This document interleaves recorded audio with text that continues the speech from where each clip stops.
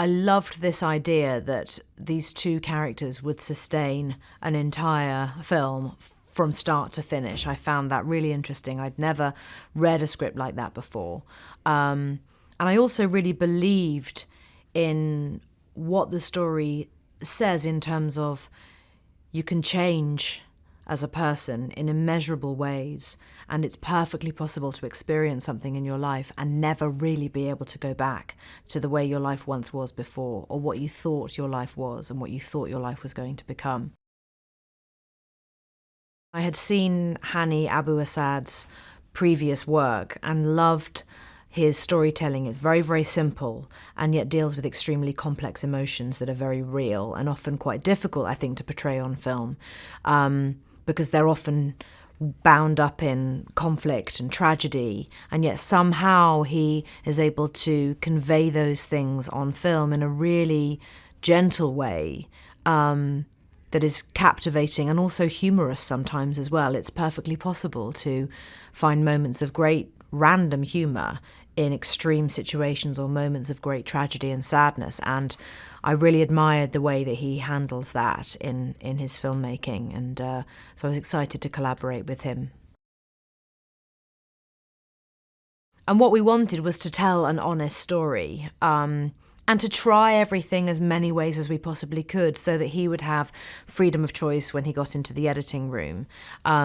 And sometimes we would go to work and we would get one take of everything. In fact, there was one day on the mountain where every single thing we shot, we did in one take. So we did one scene, one take, moving on to the next thing, and the next thing, and the next thing, one take, because it was just so darn cold, you had to get through it. I mean, even taking off your gloves for 2 seconds was excruciating. I'd never done anything, even really close to this in terms of altitude. Running at altitude is absolute agony. Agony makes your chest burn. It is so horrible, and that was the one thing about this film that I really handled badly. I'd be like, okay, can't breathe. And I'm fit. I'm like fit, strong, fit person, but that was one thing that I wasn't prepared for at all. Her courage to go out and start trying to make that journey to safety and back to civilization is the thing that actually does drive the story forwards, because otherwise they would be staying put in that plane crash, which is what he wants to do. So they definitely clash over their strategic maneuvers throughout the story. But those are the things that bring them together. They have to obviously work together. They have to get through those differences. And then it does take them to the point where they can't be without one another.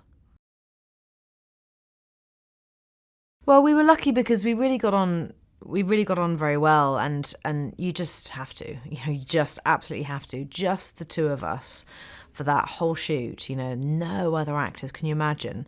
We'd have a few scenes with other actors at the end, and we'd be like, oh my God, another person. We'd be like, oh, thank God, someone new.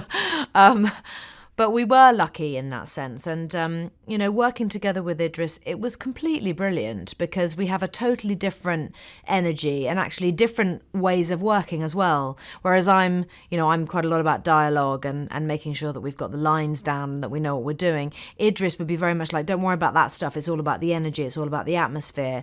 And so we'd have to kind of adapt to each other's way of working because both way of working was completely relevant, and we needed both of those qualities to be able to get through. So actually we did, I think, learn a lot from each other, which was really, really nice. Yeah, it was great. And, you need to have a good partner when you're doing something like that. So yeah, we were lucky.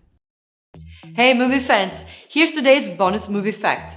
Did you know that Stanley Kubrick's sexual odyssey, Eyes Wide Shut, starring Tom Cruise and Nicole Kidman, holds a Guinness World Record for the longest constant movie shoot, as the film shot for over 15 months, including a period that included an unbroken shoot of 46 weeks. Wow, and I thought doing 6 takes to get this clip correct was long. What's your favorite Kubrick movie? Let me know below. Okay, so if you want to watch more videos like this, hit the subscribe button and ring the notification bell so you receive the videos the moment they are online. Bye bye!